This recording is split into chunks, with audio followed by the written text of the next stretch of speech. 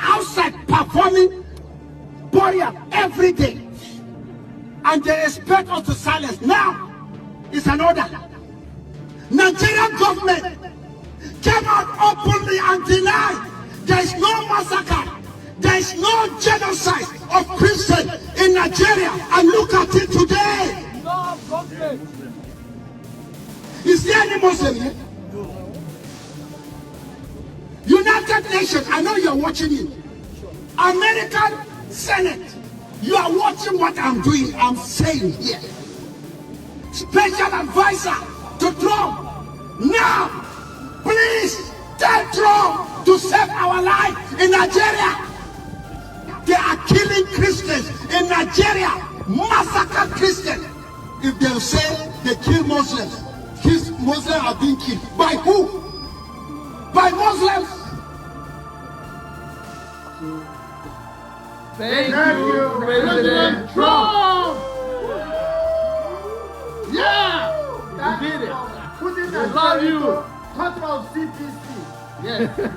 Yes. Make it happen. The best president in the whole wide world. Yes. God bless you, Trump. God bless you, Trump. More to come. More to come. Yes.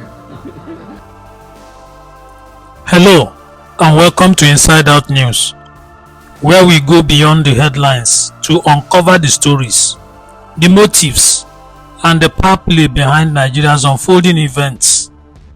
Nigeria has once again drawn the world's attention, this time over its designation as a country of particular concern by the United States.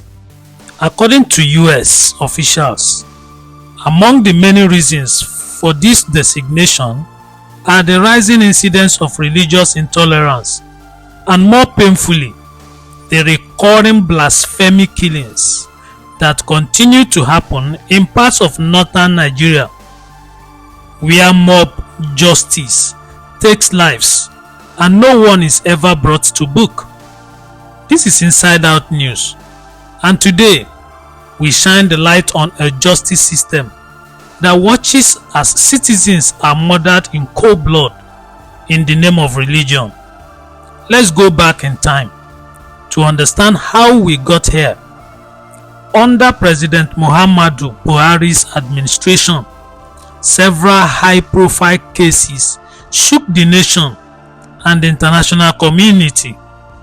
In May 2016, in Pandogari, Niger State, a Christian trader named Emmanuel was lynched and his body burned after being accused of posting a blasphemous message on Facebook. The violence didn't stop there. Churches and homes were set ablaze. Not a single person was prosecuted. In June 2016, in Kano State, Mrs. Bridget Agbahime, a 74-year-old Christian woman, was beaten to death by a mob at her shop after an allegation that she insulted the prophet. The suspects arrested were later discharged and acquitted. Till today, no one has faced justice. In August 2016, in Zamfara State, 8 people were killed after a rumor of blasphemy spread through the town. Despite public outrage and presidential promises, no one has ever been held accountable. And then came May 2022, the case that broke global headlines.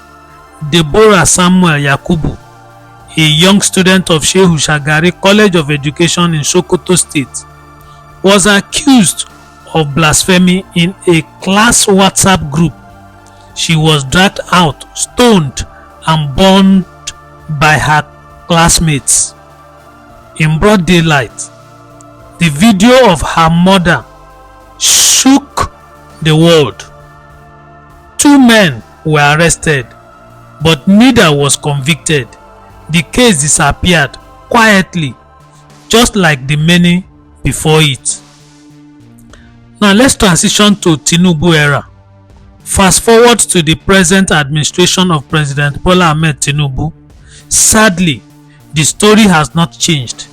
In June 2023, barely weeks into the new government, Usman Buddha, a butcher in Sokoto State, was accused of blasphemy and stoned to death by a mob in the Gwandu area. Police condemned the act, promised an investigation, but as we speak, no one has been prosecuted. Around the same period, reports emerged of another mob killing in Niger State. A woman accused of blasphemy was beaten and set ablaze by an angry crowd. Her name was never officially released. Again, there were condemnations, statements and silence. These are not isolated incidents. They form a pattern, a frightening, persistent pattern, where the accused are denied fair trial, where mobs take over the role of the state, and where impunity becomes the rule rather than the exception. Let's analyze this now.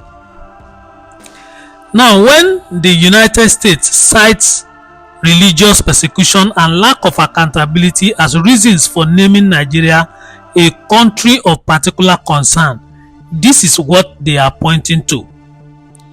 They are pointing to our silence in the face of bloodshed, to a justice system that looks away, to leaders who condemn with words but do nothing with laws. No nation should allow its citizens to die because of what they believe or what they say. Justice delayed is injustice continued. When killers are not prosecuted, it sends a message that mob violence is acceptable, that faith can justify murder, and that the rule of law is optional. Nigeria is a secular state by constitution, but when citizens are burned for alleged blasphemy and no one faces justice, what does that say about our values, our governance, and our humanity? The world is watching, but more importantly, Nigerians are watching. The mothers who have lost children, the students who live in fear, the families who still wait for justice. If Nigeria must shed this international image of impunity and intolerance, it must begin with justice, visible, fair, and fearless. Silence in the face of injustice is complicity. This is Inside Out News. Stay tuned for more stories that dig beneath the surface and uncover the truth behind the headlines. Don't forget to like, share, and subscribe, because here we don't just tell the news, we uncover the truth behind it as we break them down. See you again in the next video. Till then, this is Inside Out News. Stay informed and stay inside the truth. Thanks for watching.